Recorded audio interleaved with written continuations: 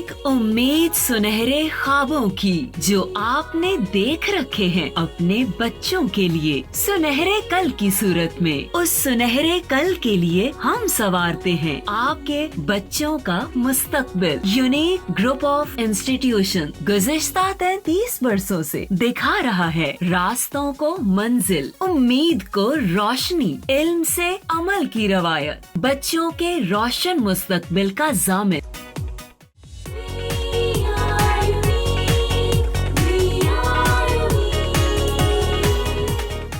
बिस्मिल्लाहिर्रहमानिर्रहीम। अस्सलामु अलैकुम तमाम स्टूडेंट्स, मेरा नाम मोहम्मद तारिक है।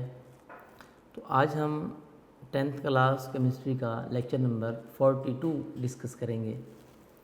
स्टूडेंट्स हम डिस्कस कर रहे थे चैप्टर नंबर 11 ऑर्गेनिक केमिस्ट्री। तो लास्ट टाइम हमने बड़ा इंटरेस्टिंग टॉपिक पढ़ा था, diversity and magnitude of organic compounds का। तो आज हमने ऑर्गेनिक कंपाउंड्स की जनरल कैरेक्टरिस्टिक्स डिस्कस करनी है। ठीक है, उम्मीद है कि आपने पहले वाला टॉपिक अच्छी तरह याद किया होगा। बेटा जो भी काम आपको दिया जाए ना, काइंडली उसको साथ साथ करते रहा करें। ठीक है, अच्छा अब देखें general characteristics of organic compounds है, ये हम डिस्कस करते हैं। इसमें क्या है कि जनरल कैरेक्टरिस्टिक्स बतानी है कि ऑर्गेनिक कंपाउंड्स में कौन कौन सी कैरेक्टरिस्टिक्स होती हैं आमतौर पर। यानी जनरल कैरेक्टरिस्टिक्स में आपने बताना होगा, जैसे आमतौर पर आप कहते हैं कि उनके मेल्टिंग पॉइंट्स क्या होते हैं, बॉइलिंग पॉइंट्स क्या होते हैं। ठीक है, उनमें बॉन्ड कौन सा होता है, वो स्टेबल होते हैं या नहीं होते, इस तरह की चीज़ें जो है वो हम डिस्कस करेंगे इसमें जनरली। तो आपके पास टेक्स्ट बुक का पेज नंबर है 59, मैंने लिख दिया है बोर्ड पे, और यूनिक नोट्स में आपके पास पेज नंबर है 55, और वहाँ पर बाकायदा लॉन्ग क्वेश्चन बनाया गया है आपके पास। बल्कि आपके पास लॉन्ग क्वेश्चन के लिए ये नोट्स में आपके पास बेटा पेज नंबर है 56, 55 नहीं है, 55 तो हमने डिस्कस कर लिया था, 56 है आपके पास यूनिक नोट्स में पेज नंबर। ठीक है, अच्छा यूनिक नोट्स में पेज नंबर 56 है, और क्वेश्चन है वहाँ पर आपको एक्सरसाइज का क्वेश्चन नंबर वहाँ पर बताया गया है 11, और नोट्स में क्वेश्चन नंबर 5 है आपके पास, नहीं लॉन्ग क्वेश्चन नंबर 5, ये लॉन्ग क्वेश्चन है आपके पास, लॉन्ग क्वेश्चन नंबर 5, ये आपके पास लॉन्ग क्वेश्चन। ठीक है, long question number 5 general characteristics of organic compounds. जी स्टूडेंट्स, हम डिस्कस करते हैं इसको क्या कि इसकी कौन सी जनरल कैरेक्टरिस्टिक्स होती हैं। यहाँ पर एक्चुअली जो यहाँ पर कैरेक्टरिस्टिक्स दी गई हैं, बताई गई हैं, इनको कैरेक्टरिस्टिक्स के साथ साथ डिफरेंशिएट किया गया है। किसके साथ? इनऑर्गेनिक कंपाउंड्स के साथ, कि इनमें ये कैरेक्टरिस्टिक्स होती हैं तो इनऑर्गेनिक में क्या होती हैं, ये बताना यहाँ पर ज़रूरी था। क्यों? क्योंकि आपको पता होना, अगर आप चेक करना चाहें किसी भी कंपाउंड को कि वो ऑर्गेनिक है या इनऑर्गेनिक है, तो कम से कम जब आपको डिफरेंस पता होगा तो आप उसको डिफरेंशिएट इजीली कर सकेंगे। ठीक है, तो वहाँ पर लॉन्ग क्वेश्चन नंबर आपके पास 5 है, मैंने लिख दिया है यूनिक नोट्स में, जबकि एक्सरसाइज का लॉन्ग क्वेश्चन 11 है। कहते हैं कि what are general characteristics of organic compounds, ये लॉन्ग क्वेश्चन है जी। तो बेटा देखें, आपने इसमें बताना है कि कौन कौन सी कैरेक्टरिस्टिक्स हैं, यहाँ पर दी गई हैं। टेक्स्ट बुक मेरे पास है, सबके पास पेन होना चाहिए जी। पहला पॉइंट है बेटा हमारे पास ओरिजिन, पहला पॉइंट है इसका ओरिजिन। पहली कैरेक्टरिस्टिक्स में आपने बताना है ऑर्गेनिक कंपाउंड्स का कि ऑर्गेनिक कंपाउंड्स का ओरिजिन क्या होता है। राइट, उसका ओरिजिन क्या है, सॉरी ओरिजिन यहाँ पर आई आएगा। ठीक है, उसका ओरिजिन क्या है, यानी ओरिजिन का मतलब यहाँ पर ये ओरिजिनेट कहाँ से होते हैं। ओरिजिन का मतलब क्या होगा? ओरिजिनेट कहाँ से होते हैं। ये ओरिजिन का वर्ड ओरिजिनेट से आया है, यानी आम तौर पर हम इसको बोल सकते हैं कि इनका ऑर्गेनिक कंपाउंड्स का मेन सोर्स क्या है। ऑर्गेनिक कंपाउंड्स का मेन सोर्स क्या है, कहाँ से ओरिजिनेट कहाँ से होते हैं ये। राइट, ये मतलब बताना है। तो आप उसके साथ लिख लें, ओरिजिन के साथ ब्रैकेट में लिख लें सोर्स, आप इस तरह लिखेंगे ना, आपको याद रहेगा। यानी ये आपको पता है कि जो ऑर्गेनिक कंपाउंड्स हैं आमतौर पर ये क्या होते हैं, नेचुरली अकरिंग होते हैं। ये तो हमें पता है कि इनका सोर्स अगर हम देखें ऑर्गेनिक कंपाउंड्स का, ये नेचुरली अकरिंग होते हैं।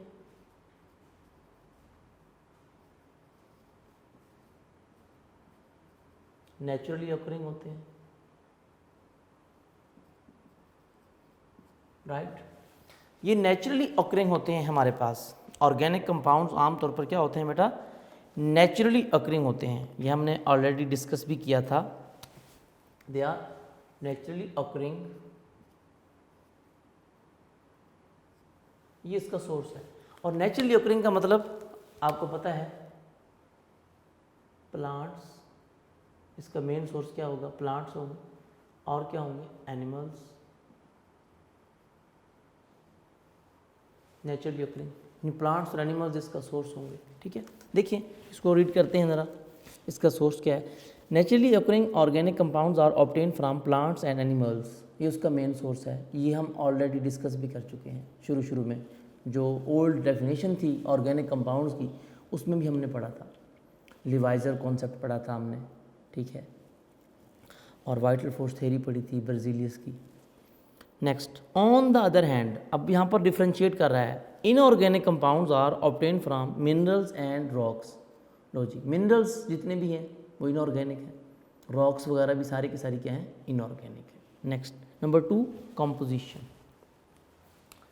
कंपोजिशन बतानी है इसकी। कंपोजिशन बेटा नाम से जाहिर है, कंपोजिशन का मतलब उसकी बनावट, उसमें कौन कौन से एलिमेंट्स होते हैं, कौन उसकी कॉन्स्टिट्यूएंट कौन कौन से होते हैं वो बताने हैं। आपको पता है इसकी कंपोजिशन देखें तो कौन सा मेन एलिमेंट होता है ऑर्गेनिक कंपाउंड्स का, जो मेजर एलिमेंट है, इसेंशियल कॉन्स्टिट्यूएंट होता है, वो कौन सा होता है, दैट इज़ कार्बन। और अगर इसके डेरिवेटिव देख लें तो कार्बन के अलावा चंद एक एलिमेंट्स और भी आ जाते हैं। उनमें ऑक्सीजन है, आपको पता है, ऑक्सीजन है, नाइट्रोजन है, सल्फ़र है, फास्फोरस है, या हैलोजेंस होते हैं, आपको पता है, राइट। यानी या तो मेन एलिमेंट कार्बन होगा या उसके अलावा चंद एक एलिमेंट्स और होंगे जो कि उसके डेरिवेटिव्स में आते हैं।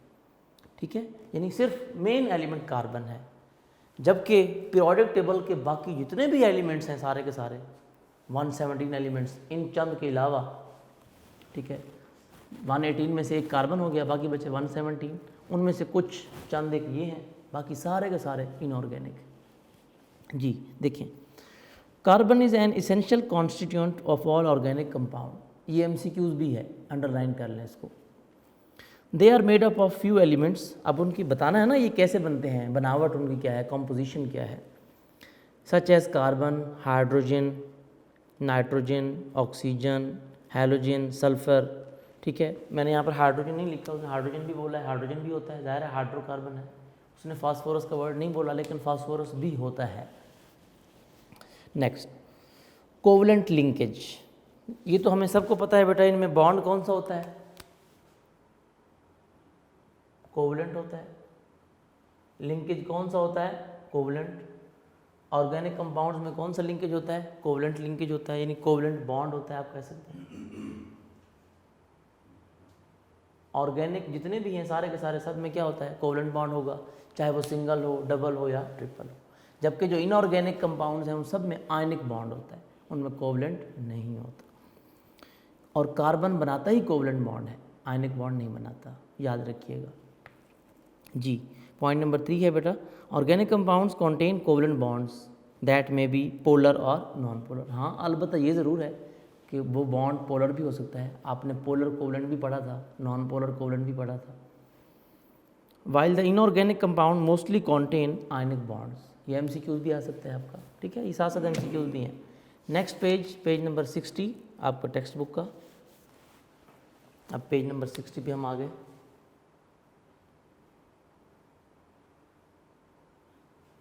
जी, क्या है जी पेज नंबर 60 पे हमारे पास, सॉल्युबिलिटी।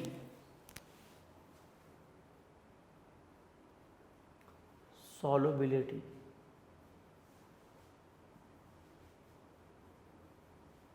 सॉल्युबिलिटी का वर्ड कहाँ से आया, सॉल्युबल से, कि किन किन चीज़ों में सॉल्युबल होते हैं और किन किन चीज़ों में सॉल्युबल नहीं होते।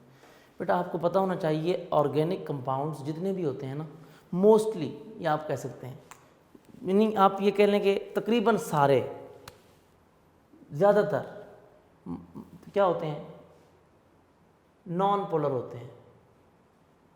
ऑर्गेनिक कंपाउंड्स मोस्टली जितने भी हैं, बल्कि सारे कहा जाता है आमतौर पर, चंद एक हैं जो पोलर होते हैं, लेकिन ज़्यादातर नॉन पोलर होते हैं।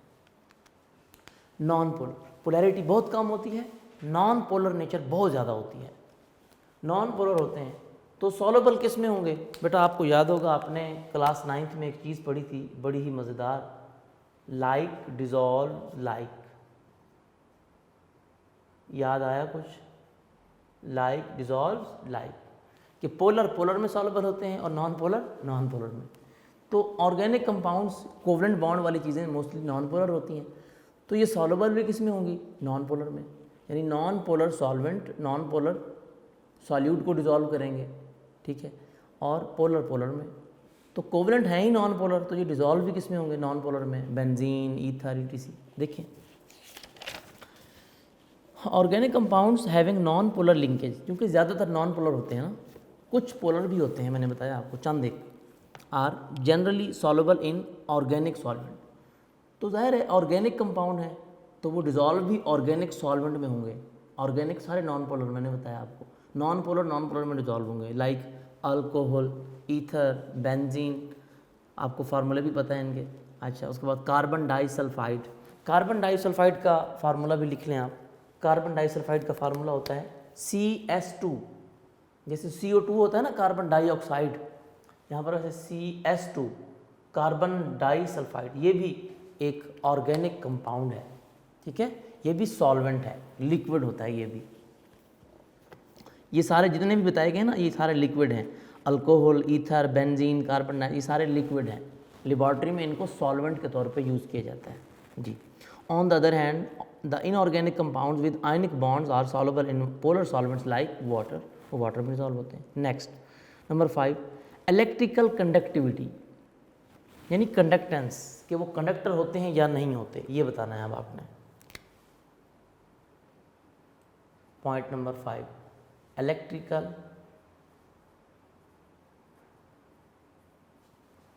कंडक्टिविटी या इलेक्ट्रिकल कंडक्टेंस, यहाँ पर कंडक्टिविटी लिखा हुआ है जी। बताना है कि इनमें इलेक्ट्रिकल यानी करंट पास हो सकता है या नहीं, ये बताना है। यानी ये इलेक्ट्रोलाइट के तौर पे एक्ट करते हैं या नहीं, इलेक्ट्रिकल यानी इलेक्ट्रिसिटी पास होती है उनमें या नहीं, इलेक्ट्रिक करंट उसमें से कंडक्ट कर सकता है या नहीं। बेटा आपको पता है नॉन पोलर चीज़ें हैं, नॉन पोलर में फ्री इलेक्ट्रॉन तो होते नहीं हैं, ना ही फ्री आयंस होते हैं।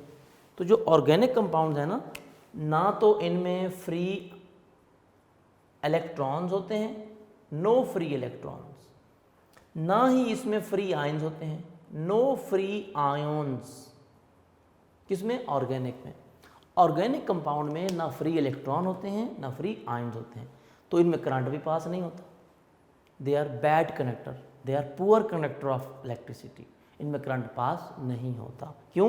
ना फ्री इलेक्ट्रॉन है ना फ्री आयंस है, क्योंकि इनमें बॉन्ड होता है कौन सा? Covalent, due to covalent bond, जबकि आयनिक में ऐसा होता है जी। Due to the presence of covalent bonds organic compounds are poor conductor of electricity, whereas inorganic compounds being ionic in nature, वो आयनिक होते हैं तो वो आयोनाइज भी हो जाते हैं वाटर में या किसी भी चीज़ में, are good conductor of electricity in molten state और in aqua solution. Next, melting and boiling point, point number 6, melting and boiling point, melting and boiling points. Melting and boiling points हैं बेटा इनके।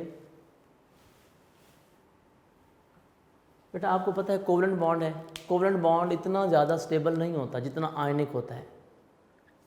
क्यों? क्योंकि आयनिक बॉन्ड में opposite ions होते हैं, positive negative, they are tightly bonded, they are tightly attracted. कौन? Ionic. आयनिक तो टाइटली बॉन्डेड होते हैं, स्ट्रांगली अट्रैक्टेड होते हैं एक दूसरे के साथ, पॉजिटिव नेगेटिव को स्ट्रॉन्ग फोर्स ऑफ अट्रैक्शन के साथ अट्रैक्ट कर रहे होते हैं, जिसकी वजह से वो ज़्यादा स्टेबल होते हैं, और ज़्यादा स्टेबल होने की वजह से उनके मेल्टिंग और बॉइलिंग पॉइंट भी क्या होते हैं, ज़्यादा। ठीक है, तो इस वजह से कोवलेंट कंपाउंड में जो है वो इतना ज़्यादा स्टेबल नहीं होते एज़ कम्पेयर टू आयनिक, तो इनके मेल्टिंग और बॉइलिंग पॉइंट लो होते हैं। तो आप कह सकते हैं organic compounds have low melting and boiling points, क्योंकि इनमें इंटरमॉलिक्यूलर फोर्सेस वीक होती हैं, इनमें कोवलेंट बॉन्ड होता है। ठीक है, जबकि आयनिक कंपाउंड में आयनिक बॉन्ड होता है, वो ज़्यादा स्ट्रॉन्ग होता है, इसकी वजह से उनके मेल्टिंग और बॉइलिंग पॉइंट भी ज़्यादा होते हैं। जी, generally organic compounds have low melting and boiling points and are volatile in nature. Volatile का मतलब अगर उनको थोड़ी देर के लिए रख दें ना तो इवेपोरेट हो जाते हैं। Volatile like petrol, spirit, perfume. ठीक है, इसको आप अगर ढक्कन खोल के थोड़ी देर के लिए रख दें तो थोड़ी देर बाद सारी चीज़ें गायब हो जाती हैं। वो क्या है, वोलाटाइल, जो डायरेक्ट एयर में मिक्स हो, इवेपोरेट हो जाए फ़ौरन। ठीक है, उसको बोलते हैं वोलाटाइल। नेचुरल तौर पर वो वोलाटाइल होते हैं, यानी वेपर्स की फॉर्म में। ठीक है, वेपर्स बना के उड़ जाते हैं, इवेपोरेट हो जाते हैं, उसको बोलते हैं वोलाटाइल। जबकि जो inorganic compounds on the other hand have comparatively high melting and boiling points. उसकी रीज़न भी मैंने बता दी है, क्योंकि उनमें स्ट्रॉन्ग फोर्स होती है।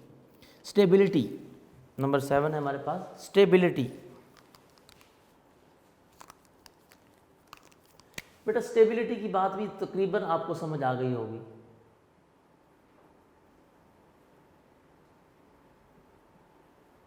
स्टेबिलिटी, ठीक है, सॉरी यहाँ पर आई आएगा, मैं दोबारा लिख देता हूँ। Stability, BILITY। जी बेटा, स्टेबिलिटी की बात अगर हम करें तो जाहिर है आयनिक कंपाउंड्स मैंने आपको बताया उनमें स्ट्रॉन्ग फोर्स होती है, तो वो स्टेबल भी ज़्यादा होते हैं।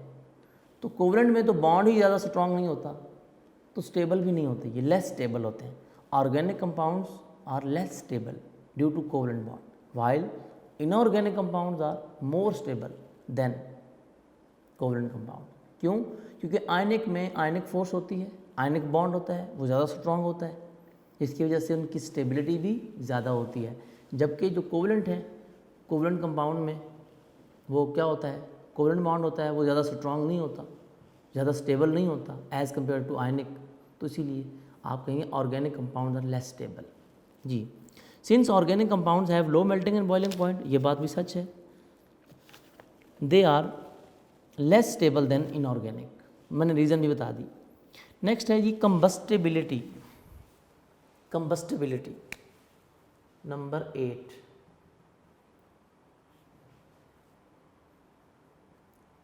कंबस्टिबिलिटी,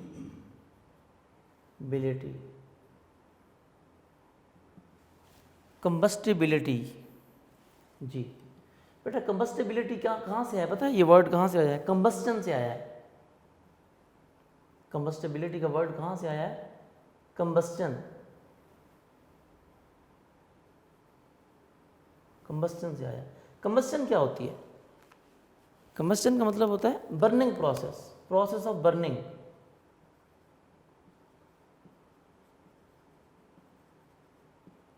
कंबस्टिबिलिटी जो है ना, ये एक एबिलिटी है। क्या एबिलिटी है, अब ये मैंने वैसे आपको टर्म जो है उसकी एटमोलॉजी बताई है। कंबस्टिबिलिटी का वर्ड कंबस्टन से आया है, इन burning process.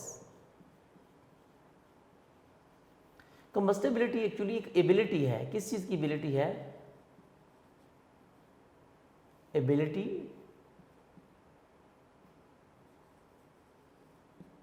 To catch fire, आग पकड़ना, आग पकड़ने का अमल, जिसको जल्दी से आग लग जाती हो, जो चीज़ जल सकती हो, ठीक है ना, यानी कि कंबस्टन, बर्निंग प्रोसेस, ठीक है ना, यानी कि to catch fire, fire catch करना, जल्दी से आग पकड़ लेना, भड़क उठना, आग का भड़कना फ़ौरन से।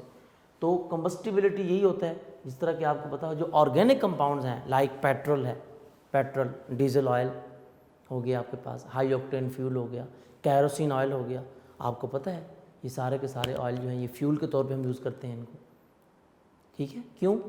क्योंकि उनमें हाइड्रोकार्बन हैं। हाइड्रोकार्बन जितने भी हैं ना, सारे के सारे जो है ना वो कंबस्टिबल होते हैं, यानी जल्दी से आग पकड़ लेते हैं, इनको आग लग सकती है। जिन जिन चीज़ों को आग लग सकती है ना, उनको बोलते हैं कंबस्टिबल। ये तो मैंने आपको टर्म बताई है। तो कंबस्टिबिलिटी क्या है? एक्चुअली ये एक एबिलिटी है, ऑर्गेनिक कंपाउंड्स की ये एबिलिटी है।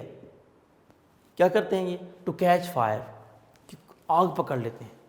ये फ्लेमेबल होते हैं, ठीक है ना, हाई फ्लेमेबल होते हैं, ठीक है। इनको जल्दी से आग पकड़ लेती है और ख़तरनाक होते हैं, डेंजरस होते हैं, ठीक है। तो ये हाइड्रोकार्बन, तो ऑर्गेनिक कंपाउंड्स का हम कह सकते हैं कि organic compounds are mostly combustible, जबकि इनऑर्गेनिक कंपाउंड ऐसे नहीं होते जी। Organic compounds with the high percentage of carbon are generally combustible. Even high carbon ना भी हों, आप मीथेन सुई गैस की एग्जांपल ले लें, CH4, कितने कार्बन है? एक कार्बन होता है, एक मॉलिक्यूल। इसको भी आपको पता है कितना जल्दी से आग लग जाती है। अभी आप मैच स्टिक आपकी दूर होती है, ज़ोर से ऐसे भड़क उठती है, डर जाते हैं आप, ठीक है। तो क्या होता है next? Organic compounds with high percentage of carbon are generally combustible. Combustible का मतलब हुई इनको आग लग सकती है या आग पकड़ सकते हैं। On the other hand inorganic compounds are mostly non combustible, उनको आग नहीं लगती, उनमें कंबस्टन का प्रोसेस नहीं हो सकता, ठीक है जी। 9 नंबर पे है जी आइसोमरिज्म। ये हमने पहले भी, कल भी हमने पढ़ा था ना आइसोमरिज्म, लेकिन वहाँ तो उसको हमने डिफाइन किया था, यहाँ पर कैरेक्टरिस्टिक्स में बताना है आपने। आइसोमरिज्म कि जो ऑर्गेनिक कंपाउंड्स है ना, उनमें क्या होता है? आइसोमरिज्म होता है, आपने कल भी पढ़ा था आइसोमरिज्म, कि इनमें आइसोमरिज्म होता है, जबकि इनऑर्गेनिक में आइसोमरिज्म नहीं होता। हाइड्रोकार्बन में तो होता है, और आम तौर पर तो अगर चेक करना हो ना कि कंपाउंड जो है वो ऑर्गेनिक है या इनऑर्गेनिक है, तो वो कहते हैं इसको चेक करो कि क्या ये आइसोमरिज्म शो करते हैं या नहीं। अगर आइसोमरिज्म शो कर जाएं तो हम कहते हैं कि ये ऑर्गेनिक है, अगर वो आइसोमरिज्म शो नहीं करते तो हम कह देते हैं कि ये क्या है? इनऑर्गेनिक है जी। ये इंपॉर्टेंट MCQs भी है और शॉर्ट क्वेश्चन भी है, मार्क करें जरा इसको। क्या देखें, a main characteristics of organic compounds which differentiate them from inorganic substance is their tendency to exhibit the phenomena of isomerism. ये अंडरलाइन कर लें MCQs के लिए, क्वेश्चन आ सकता है कि which is the main characteristics of organic compounds which differentiate it from the inorganic compounds. पूछ सकते हैं आपसे कि मेन कैरेक्टरिस्टिक्स कौन सी है जिसकी वजह से आप बता सकें कि कंपाउंड ऑर्गेनिक है या इनऑर्गेनिक है। That is isomerism. कौन सी है? आइसोमरिज्म। तो यहाँ पर उसने बताया भी है, तो ये शॉर्ट क्वेश्चन भी आ सकता है और MCQs भी जी। क्यों? क्योंकि ऑर्गेनिक कंपाउंड में आइसोमरिज्म होता है, जबकि isomerism is rare in inorganic. Inorganic में तो ना होने के बराबर होता है। Last, rate of reaction. Rate of reaction number 10, last point आज का। रेट ऑफ रिएक्शन, लो जी, यानी रेट ऑफ रिएक्शन आपको पता है रेट ऑफ रिएक्शन दो तरह का होता है, फॉरवर्ड भी रिवर्स भी। वैसे हमने पढ़ा था कि अगर रिएक्शन कराएं किसी चीज़ के साथ तो वो रिएक्शन जल्दी हो जाएगा या देर से होगा, उसकी स्पीड क्या होगी। तो आम तौर पर जो ऑर्गेनिक कंपाउंड्स हैं ना बेटा, इनका रेट ऑफ रिएक्शन स्लो होता है। क्यों? क्योंकि कोवलेंट बॉन्ड होता है, ना फ्री इलेक्ट्रॉन होते हैं ना फ्री आयंस होते हैं। जिन चीज़ों में इलेक्ट्रॉन्स फ्री हों या आयंस फ्री हों वो रिएक्शन जल्दी से होता है, ठीक है, या रेडिकल्स हों। लेकिन इसमें ना फ्री इलेक्ट्रॉन्स बनते हैं जल्दी से, ना फ्री आयंस बनते हैं जल्दी से, ना होते हैं, और ना ही फ्री रेडिकल जल्दी से बनते हैं, बड़ी मुश्किल से बनते हैं, जिसकी वजह से हम कहते हैं इनका रेट ऑफ रिएक्शन क्या होता है? स्लो। और ये रिएक्शन इतना जल्दी से होते भी नहीं है। क्यों? मॉलिक्यूल की फॉर्म में होते हैं, और मॉलिक्यूल क्या होता है? स्टेबल। स्टेबल चीज़ तो रिएक्शन ही नहीं करती। ये ऑर्गेनिक कंपाउंड्स किस फॉर्म में होते हैं? मॉलिक्यूलर फॉर्म में, क्योंकि आयनिक फॉर्म में नहीं होते। ये कंपाउंड है ना, तो मॉलिक्यूल की फॉर्म में होंगे। जब मॉलिक्यूल की फॉर्म में होंगे तो इनका रेट ऑफ रिएक्शन स्लो होगा, ठीक है। मॉलिक्यूल स्टेबल होते हैं वैसे भी, और इनको बात ऐसा होता है कि इनका रेट ऑफ रिएक्शन बढ़ाना भी है तो उसके लिए हमें फिर मेहनत चाहिए, उसके लिए कंडीशंस चाहिए, टेम्परेचर, प्रेशर, ठीक है, कैटलिस्ट ETC बहुत सारी चीज़ें होती हैं। स्पेसिफिक कंडीशन चाहिए होती हैं जिनके अंदर रहकर ये रिएक्शन करते हैं जी। Due to the presence of covalent linkage, वो तो हमें पता है ऑर्गेनिक में होता है कोवलेंट लिंकेज है। The reactions of organic compounds are molecular in nature, ठीक है, यानी मॉलिक्यूलर फॉर्म में होते हैं तो मॉलिक्यूलर टाइप रिएक्शन होगा। दे आर ऑफन स्लो होता है reaction and require specific conditions. कौन कौन सी? सच एज टेम्परेचर, इसको अंडरलाइन कर लें, टेम्परेचर, प्रेशर और कैटलिस्ट, ये MCQs बन सकता है, ठीक है। तो ये बेटा वो पॉइंट थे हमारे जो कि हमने मतलब डिस्कस करने थे या डिस्कस हमने किए हैं कि मेन पॉइंट्स इसके क्या हैं। ये हमारे पास हो गया, यहाँ तक आज हमारा टॉपिक ये कंप्लीट हो गया। और इसके साथ ना ये आप लोग आएँ ज़रा टेक्स्ट बुक पेज नंबर 53 पे, टेक्स्ट बुक 50 पेज नंबर 53, वहाँ पर ना इंटरेस्टिंग इन्फॉर्मेशन है, तो वो ज़रा हम देखते हैं उसको। MCQs आ सकता है वो पेज नंबर 53 टेक्स्ट बुक पे। इंटरेस्टिंग इन्फॉर्मेशन के ऊपर लिख लें आप इम्पोर्टेंट MCQs। ये MCQs आ जाता है अक्सर, MCQs है क्या जी? Naphthalene is an organic compound. इसका स्ट्रक्चर भी मैंने पढ़ाया था, आपको याद होगा, उसको दोबारा बता देता हूँ। इसको बनाने का आसान तरीका है, वो आपके सामने मैं बना रहा हूँ, ज़रा इसको देख लीजिएगा। ये ऐसे बना देना है इसको, फिर यहाँ से ये ऐसे, ये बनाने के बाद आपने सेम यहाँ से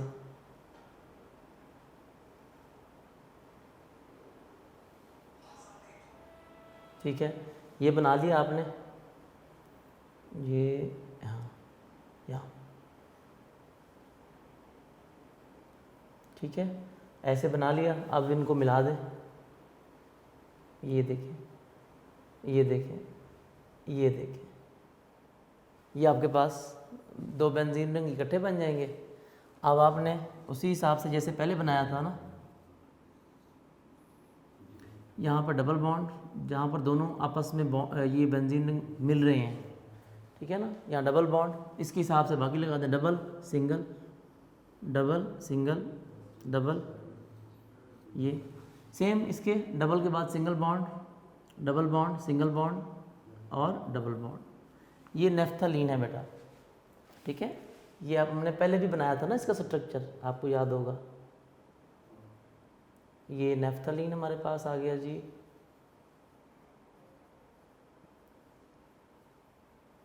इसके बारे में कुछ बताया गया है कि ये क्या है, देखें पेज नंबर 53 पे इंटरेस्टिंग इन्फॉर्मेशन।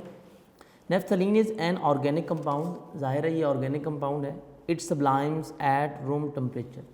बेटा ये इसकी सब्लिमेशन हो जाती है, यानी कि ये सब्लाइम है। सब्लिमेशन का मतलब क्या होता है आपको पता है कि अगर कोई सॉलिड डायरेक्ट किसमें गैसियस फॉर्म में या गैस में कन्वर्ट हो जाए या वेपर्स में कन्वर्ट हो जाए, डायरेक्ट लिक्विड में चेंज ना हो, गैसियस फॉर्म में सॉलिड स्टेट से गैसियस स्टेट में चेंज हो जाए direct without changing into liquid, उसको बोलते हैं हम सब्लिमेशन, यानी सब्लाइम हो जाना।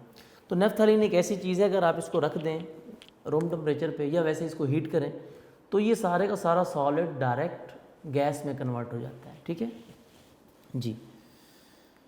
It sublimes at room temperature giving out very strong smell. इसकी स्मेल भी बहुत इरिटेटिंग स्मेल होती है, ठीक है। इट इज़ यूज्ड, अब इसका यूज़ बताया जा रहा है, ये शॉर्ट क्वेश्चन भी आ सकता है, MCQs तो है ही, शॉर्ट क्वेश्चन भी बन सकता है। What is the use of naphthalene, ठीक है। It is used in moth balls to keep insects away from clothes. लो जी, वो कहता है इससे हम क्या कर सकते हैं, इंसेक्ट्स को भगाने के लिए भी यूज़ करते हैं, क्योंकि इसको रख देते हैं कमरे में किसी कोने में रख दें, इसकी स्मेल इतनी ज़्यादा होती है कि वहाँ पर इंसेक्ट्स वगैरह भाग जाते हैं या मर जाते हैं, दूर भाग जाते हैं, इसकी इतनी इरिटेटिंग स्मेल होती है। ये जो चूहे मार गोलियाँ होती हैं ना, मैंने आपको बताया था, उनमें भी ये जो उसकी छोटी छोटी बॉल्स होती हैं उनमें भी नेफ्थलीन होता है। क्लियर? तो ये बेटा इंपॉर्टेंट शॉर्ट क्वेश्चन और MCQs था, ये हमने आज डिस्कस किया। तो बेटा ये शॉर्ट सा टॉपिक था आज का हमारा, आपने इसको अच्छी तरह तैयार करना है, ठीक है, इसकी प्रैक्टिस करनी है और अपना बहुत सारा ख्याल रखिएगा। अल्लाह हाफिज़।